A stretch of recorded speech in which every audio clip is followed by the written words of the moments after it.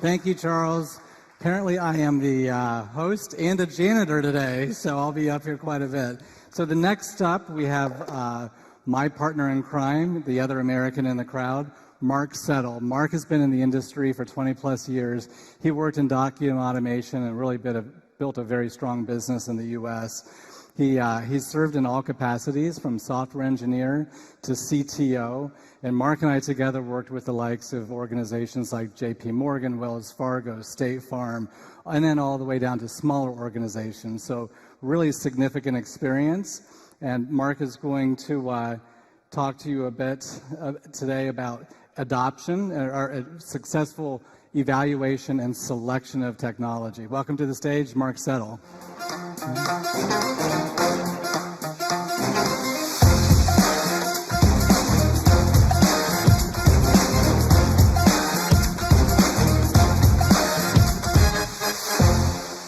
All right, good afternoon. It's a pleasure to be here with you today and talk a little bit about just some of my experience in product evaluation through implementation all the way to adoption.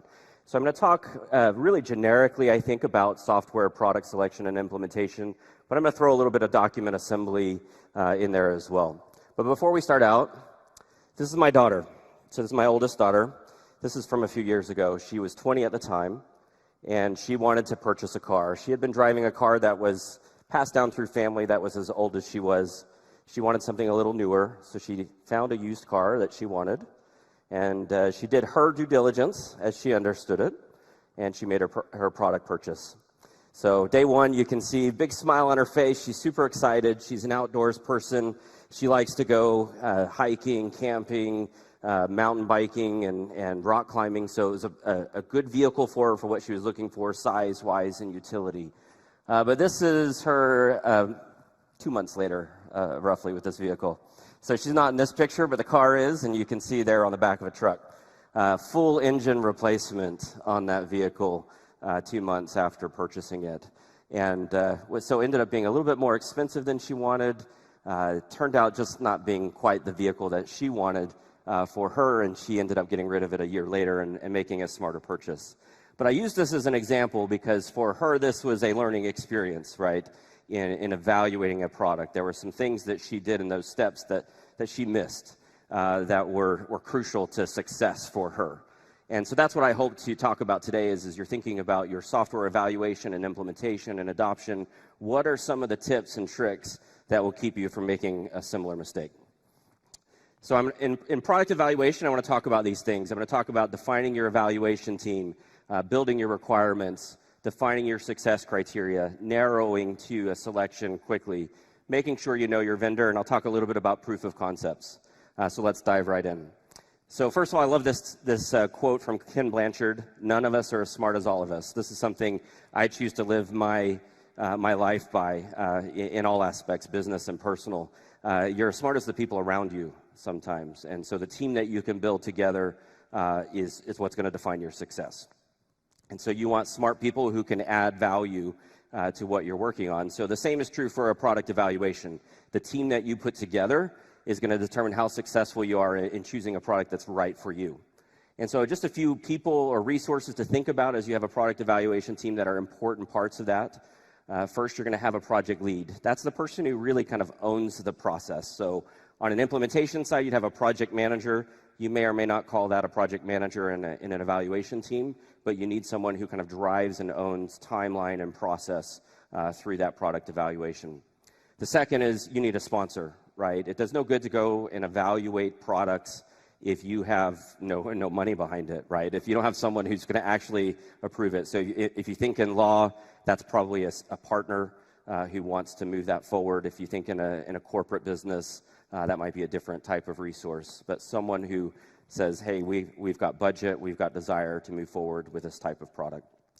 You need subject matter experts, so you need that person who is actually going to be able to talk about the use of the system. So you might have technical resources that understand how you're going to implement it and what you might need from a technical perspective, but only the subject matter experts can really provide your expertise that's going to help you know what you need as far as requirements, and then you're going to have somebody from finance and procurement involved as well. So once you've built your team, the next step is really make sure you've got good requirements. And so this is why the SME is a must-have, because you can't really define requirements very well without your subject matter experts. So you have to have input from them. I'd say a second key thing in building your requirement list is to make sure that you can distinguish clearly between your must-haves and what's desired. And that's crucial because there's a lot of products out there that do a lot of different things. And so as you're evaluating products, you may have some things you want to do that a product doesn't do, or there may be a ton of things that the product does that you don't really need. And so you can fall in two pitfalls. One, you can buy something that doesn't do enough for you, or two, you can overcomplicate it and buy something that does too much. You can certainly overbuy with a product. So if your requirements really is a smaller subset of what a product does, maybe you look at something that refines into those specific requirements for you. I'd say as you're thinking about preparing for a product evaluation as well, you want to have some specific use cases. So in an earlier session, Charles talked about this in one of our workshops. If you're gonna purchase document assembly, if you're looking at document assembly or automation, have some documents ready that you can hand to the vendor and evaluate in that product.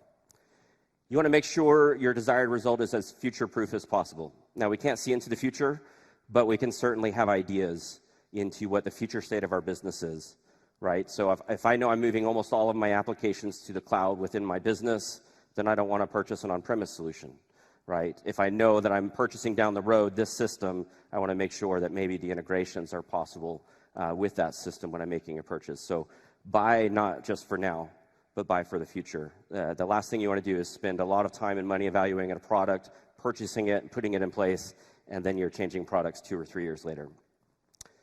And then just one note on RFXs, so a request for proposal or request for information. I think they can be very effective. I've worked in, kind of on the vendor side and in product selection as a customer through various products with businesses of all kinds of sizes. And I have seen them be extremely effective, and I'll say, pretty frankly, I've seen them be pretty terrible. Like I've worked with terrible RFPs before, and the reason they're terrible is there's just not good due diligence on the real requirements, and there's a lot of duplication of effort into that RFX. So if you're going to use them, they can be effective, but they're not a must. They really aren't. A requirements list is a must, and sometimes that boils down into a request for proposal, but an RFX is not a must. Now, in bigger businesses, sometimes it's required, and if it is required, then you do it, but keep things simple where you can. All right, so let's talk a little bit more about success criteria.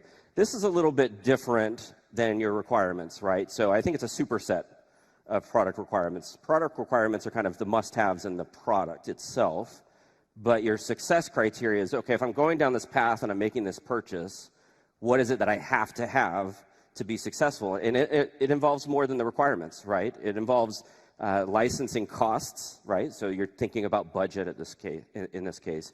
You're thinking about timeline. You're thinking about return on investment. So if I'm going to invest my money in this, what's my return on investment? How can I measure that success?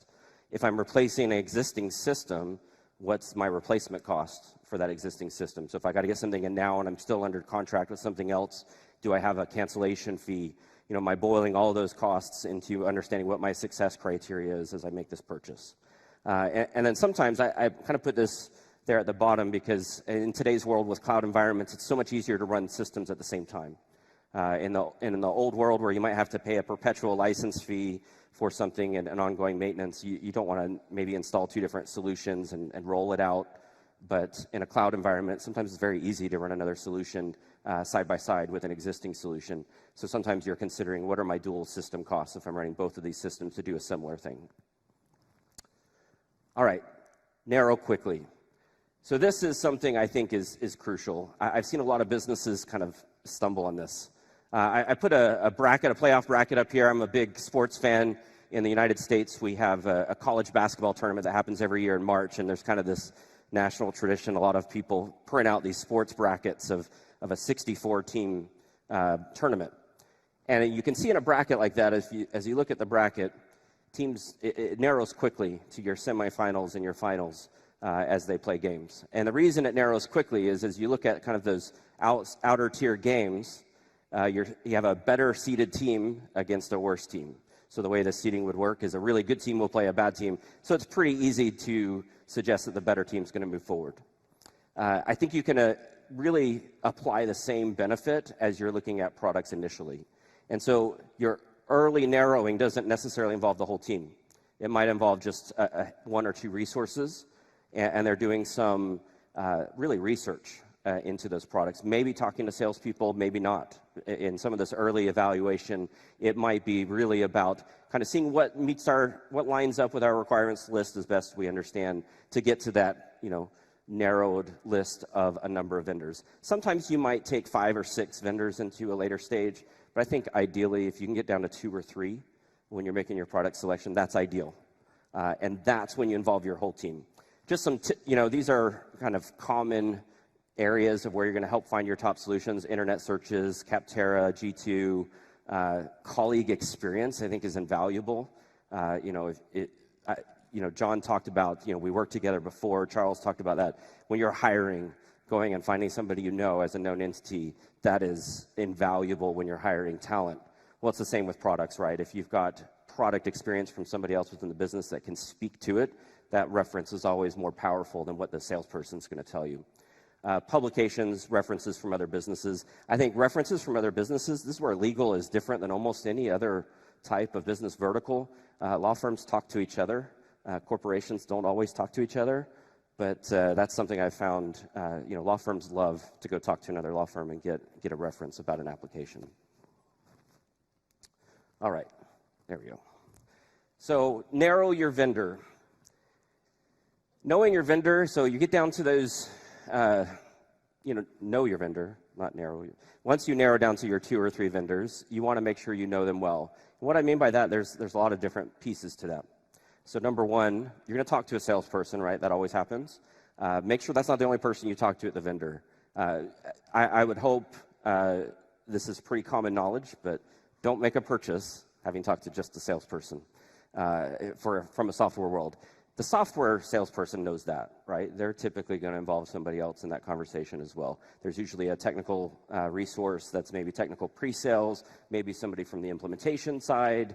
You can certainly talk to somebody in support as you're going through that process. And what that does is that allows you to start to evaluate how they run as a business, the talent at that business. I think, I put this up here, people make the product and their experience makes it easier, right? So you can have a great product that you choose not to buy just because you're unhappy with the people at the business. So knowing the vendor is critical to making a good solution or selection. Understanding their development process and release cycle, another important thing, because you're going to have specific business requirements that you probably list in your requirements list or in your success criteria about what you can handle as an IT infrastructure. How often can you handle updates? What does the product development team do at that product? So for example, for us, we're releasing once or twice a month new features, but we also have a long-term release schedule so you can get on a quarterly release. And so you can make a knowledgeable selection of what you want to do with that product. And then know your return on investment. Now, most good vendors will talk to you about this. They can help you understand that. Sometimes they can't. Quantifying that can be difficult within your business. But if you're implementing something that's going to bring some return to your business, you want to understand what that is. And so with document assembly, sometimes that's pretty easy to calculate. I'm spending X number of hours on these documents. After I build templates, I expect it to be X, Y, and so what's my savings? All right, so I couldn't talk about product evaluation without talking about POCs. To POC or not to POC? That is the question. Having worked mostly through my career on the implementation side, I would say proof of concepts, sometimes a extremely valuable thing, and sometimes it's a dirty word for vendors. Like when you bring it up, they just go, oh, POC. I'd say today's world, that happens less frequently for a number of reasons. So number one, in today's environment with more and more cloud applications, you can do a trial and have a trial experience so much easier with a solution. So you're not having to get like a 30-day evaluation, download and install it on a system or anything. You just get an account and you log in and you try things out. So it's become a lot easier, and businesses are trying to make it easier. For example, we're happy to give free trials away to users in Legito because we want them to get into the system. But sometimes we want to help and control when they get in the system their experience so that they can get the best experience possible. Because if you're like me, I like to learn by getting in and clicking around. But if I just get in and click around without any context, it's not very valuable, or as valuable, I should say. So having a proof of concept, I would say, can be very valuable, but it's only as valuable as your success criteria that you put around that proof of concept. You've got to manage it like a real project. It's got to have a timeline. It's got to have requirements. You got to plan it like any other project. You've got to have a deadline and hold people accountable to a deadline. Otherwise, you go through all of this time, and if you don't have well-defined success criteria, you get to the end of this proof of concept and you kind of go, okay, and you make a decision you probably would have made the same decision before you even started. So I think they're only as valuable as your success criteria that you define and manage along with that proof of concept. So I would definitely say, consider carefully, keep it simple, and help with that. Just a couple of notes as I apply this. I kind of mentioned some of these along the way, but if you're thinking about CLM or document assembly in evaluating those, just some points here that we've kind of talked about. But make sure you have some targeted content ready.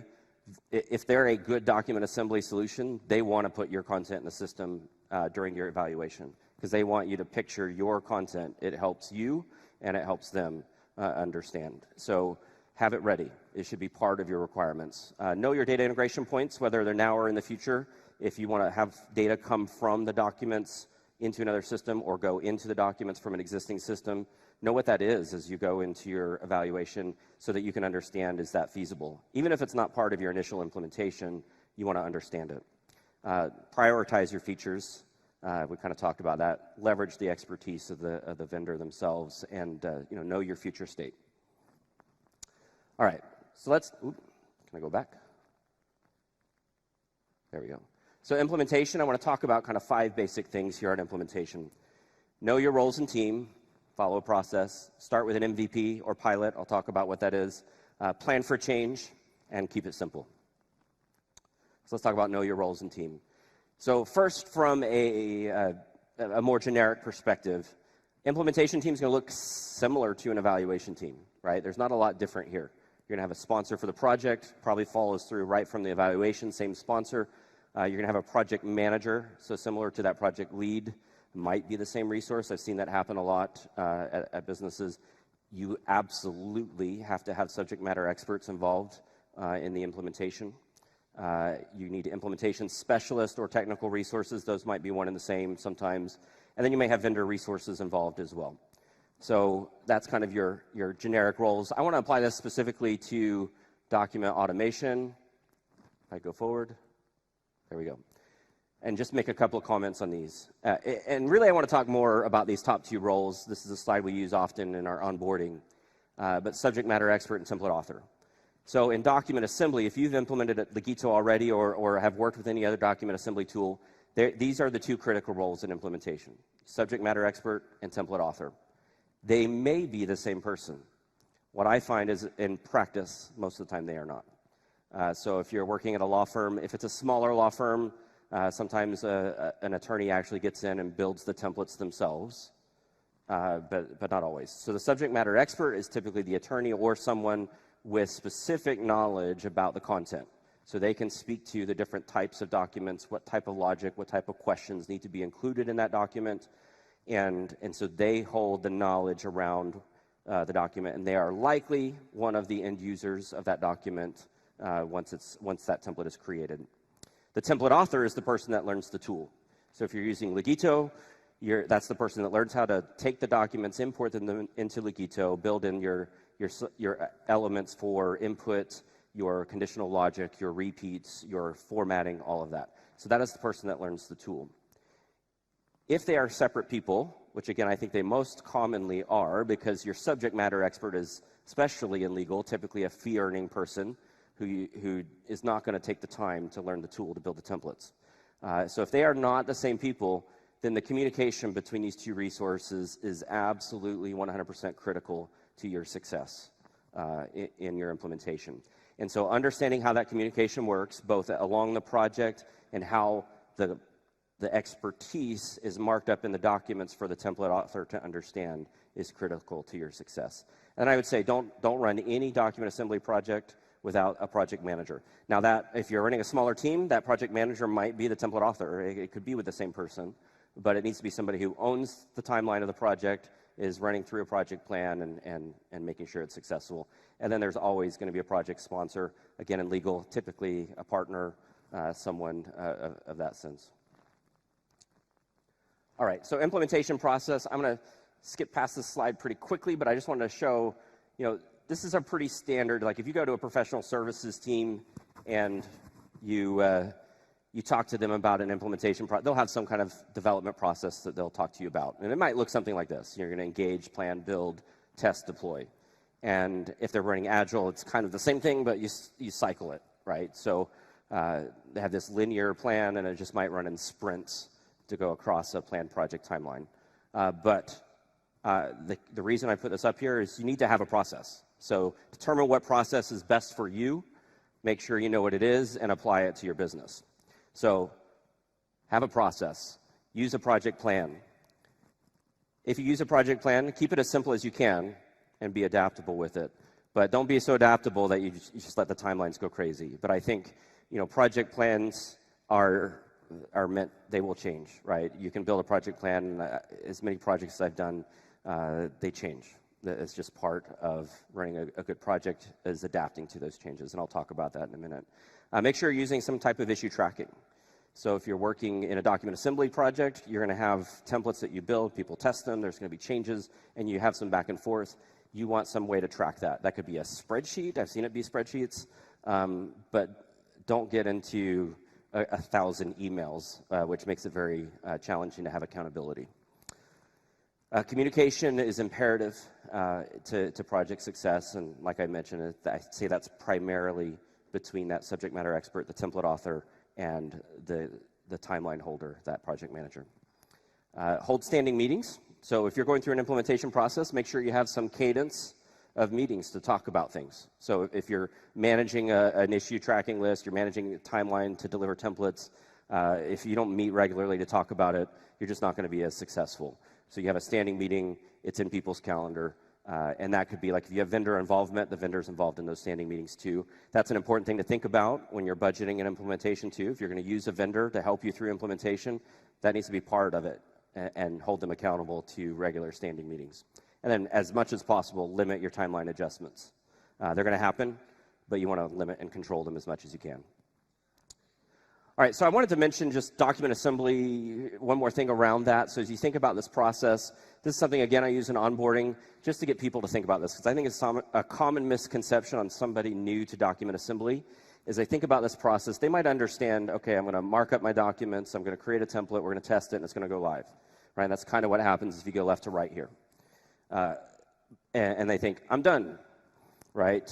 And what they don't plan for is the fact that this will cycle over and over again, that templates are living, and there's a couple of things that will happen, right? Number one, when you first build the templates, and as you continue to adjust the templates, they're built by people, right? Template authors are individuals. They will make mistakes, whether it's your vendor or it's yourselves and you're trained. You're going to make some mistakes that have to be addressed, so you're cycling back on addressing those mistakes. The subject matter expert will make some mistakes, either in the markup or without even making mistakes, they'll think of adjustments that need to be made now that they understand what the solution can do for them.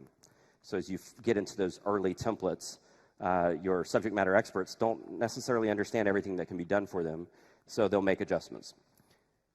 So cycles. And then templates change, right? So laws change, documents change. So planning for that cycle is crucial to your success with document automation. All right, so initial implementation. I think Charles mentioned this earlier today, this term MVP. Another term more common outside of software development would be a pilot, right? But start small. I heard a great success story in one of the workshops earlier about this and what this did for them.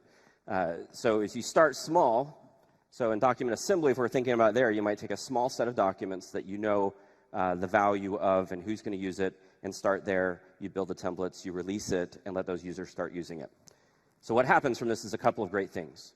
Number one, you have success criteria, you run a small cycle, and so you build, and then you can measure your success from that small cycle, learn from it, and then run the cycle again. So you learn as an implementation team what you've done well, what you didn't do well, and how to make it better.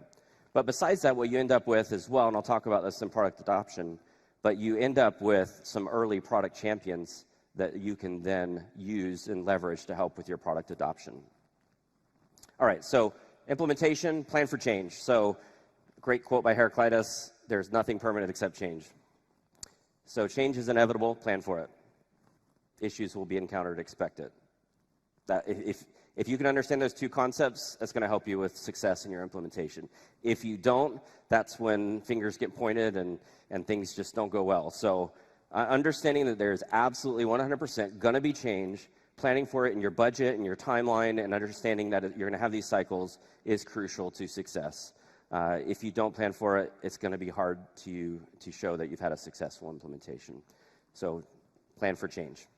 And then last here, I would say keep it simple. So Richard Branson, another great quote, complexity is your enemy. Any fool can make things complicated. It's hard to keep things simple.